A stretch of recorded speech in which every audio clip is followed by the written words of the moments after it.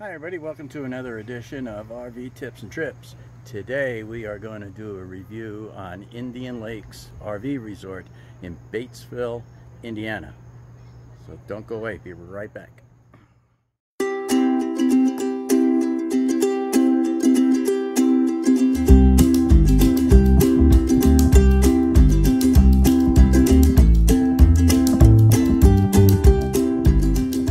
So this RV park has over 1,000 sites, but 536 of those sites are reserved for annuals.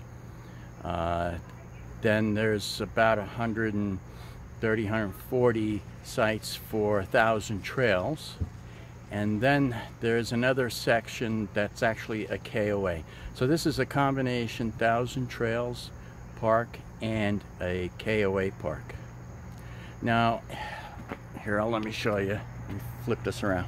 Now, we were here over the Labor Day weekend, and so, I mean, we're here. The sites, some of them are small, and then there are some that are quite big, these pull-throughs. Now, on the Labor Day weekend, this place was quite full. Today is actually Labor Day, and this place emptied out pretty good. So, I mean, it's not bad. I felt a little cramped when there was, because look, here's the other site and here's our screen room. So these sites here were kind of packed in, but there is very limited full hookup sites. So most of these sites are water and electric. There's some around the perimeter here that are full hookup. And most of these pull-throughs here are full hookup, but you got full hookup where I am, full hookup here, and then water electric the rest of the way down there. All those on the back side, these are back ends, are also just water and electric, and the site immediately to our right is also full hookup. They're not actual sewers. They have what these called honey pots. All right, so this is what's called a honey pot, and the honey pot basically is a septic tank, and it provides sewer hookup for 2 sites. There's one there. People left the cap off, and of course the one right there. So I don't know how many gallons it holds, but when it's full, that white PVC piece rises up, indicating that it's full, and then a tractor pulling this tank they come by. It's called the honey wagon. They open this up, drop a hose down there, and pump it all out. So the annual sites are much wider and deeper than the 1,000 trail sites. So of course the annual sites always tend to be better. There is no trees in that area, though. Like I said, there's over 500 annual sites. Those sites are relatively new. The KOA sites are a little bit nicer than the 1,000 trail sites, where the 1,000 trails tends to be a little bit more rustic. But there are trees. Some of the sites are shaded and some aren't. So as you can see around the perimeter here, there's a lot of trees.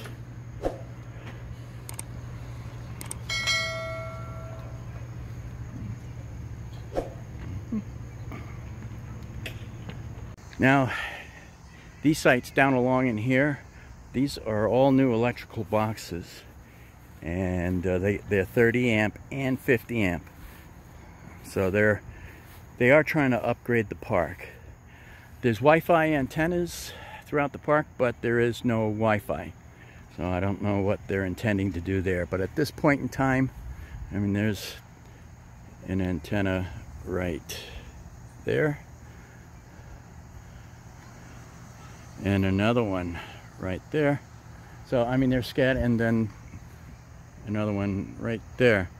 So they're scattered all over the place. But like I said, there is no commercial Wi-Fi available at this time. I don't know if they plan on doing that like a lot of the other 1,000 trails are. Look at Thomas. Thomas is just hanging out.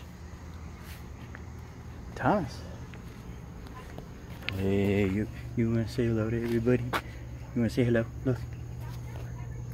Thomas. Thomas.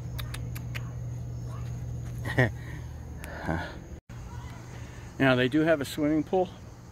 It's a nice sized swimming pool, but it is not heated, which was a little disappointing. So when you first get in, it's a little cold.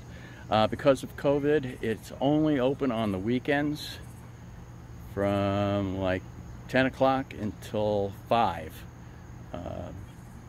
Labor Day weekend, they had extended the hours a little bit, but right now that's all it is open on Saturday and Sunday. The rest of the week it was closed. So no hot tub.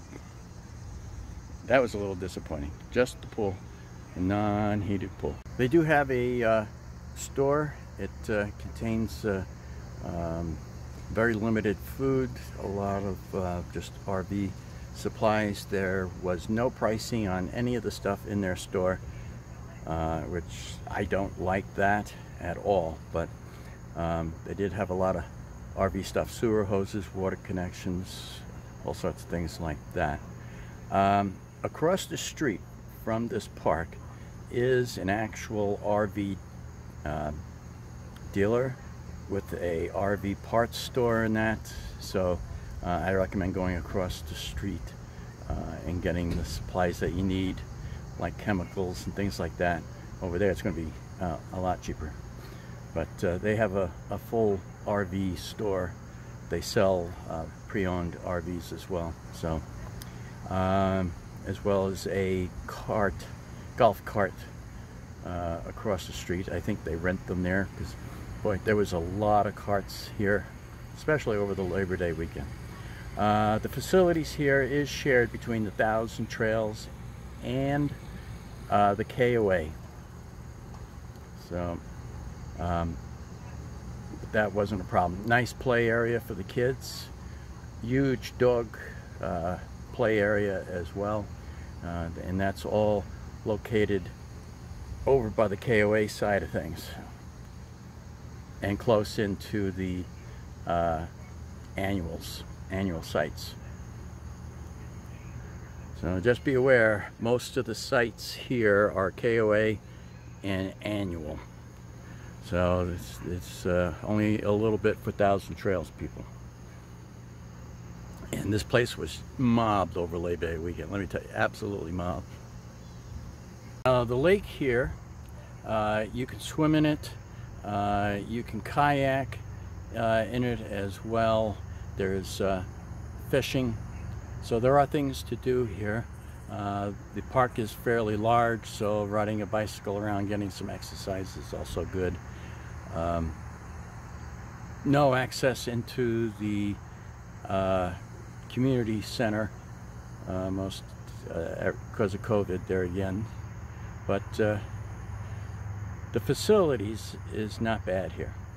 So the pool in that looks, you know, fairly new.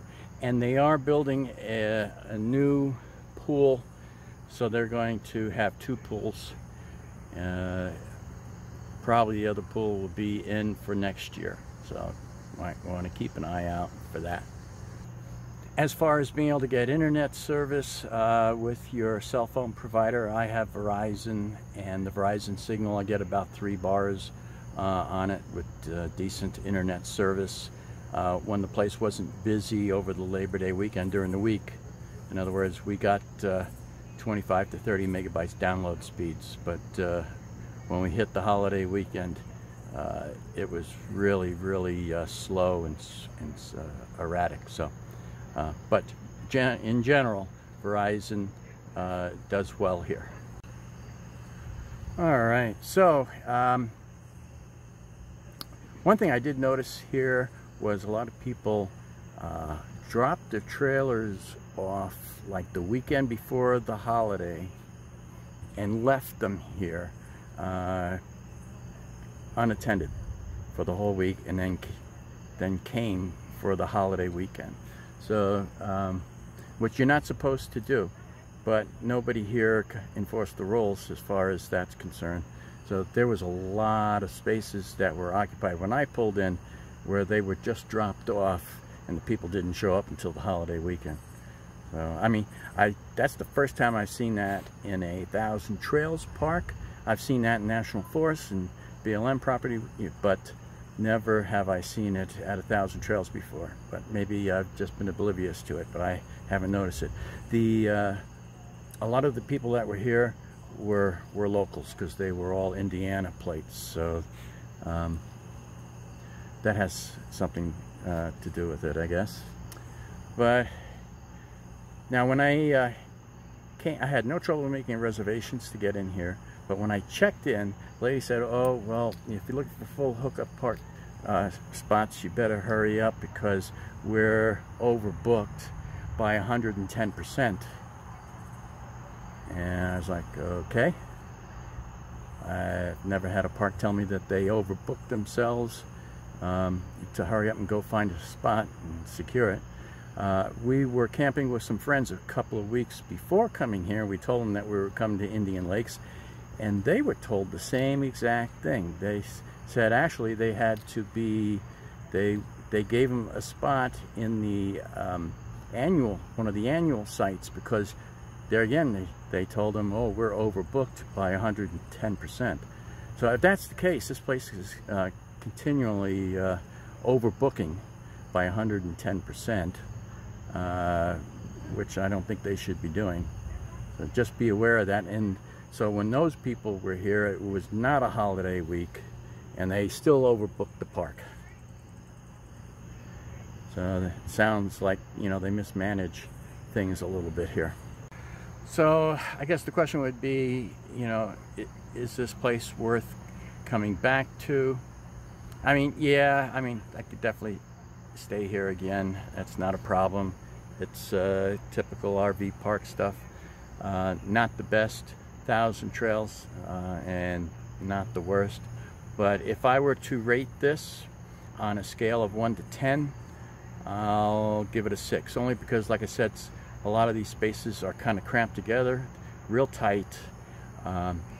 There's also a tendency for, I mean, I don't see security going around like I do in a lot of other parks. You know, you see Thousand Trails vehicles going around and all the time. So they, as far as enforcing rules around here, not so much, kind of like a free-for-all. So kids driving golf carts around stuff, and loud, and people kind of really loud and partying until late hours or early hours in the morning here. But then again, like I said, we're here over a holiday weekend, so maybe I'm being a little critical. But like I said, I would give it a 6. The Thousand Trails section could still use some TLC. The annual sites definitely are kept up a lot nicer, and they don't have these honeypot things over there. They have actual sewer system there. The KOA area looks like it has the honeypot deal also. So like I said, the KOA sites are a little bit nicer. As far as the sites being level, there's a pretty good crown on these sites, so it takes a little maneuvering to get the trailer into a level enough area. And then I got the hydraulic jacks anyway, so no big deal. You push auto level and it levels it out. So, but I just don't like wheels being up in the air off the ground if I can help it. So just be aware that you may have to block some of the wheels to level it out here. Not all sites are crowned like that. There's some that are totally flat and easier to level things out. But like I said, on a scale of 1 to 10, I'll give it a 6. Okay, catch you guys later. Happy camping. Bye now. Thomas says thanks for watching. Don't forget to subscribe and like and share. Until next time, happy camping.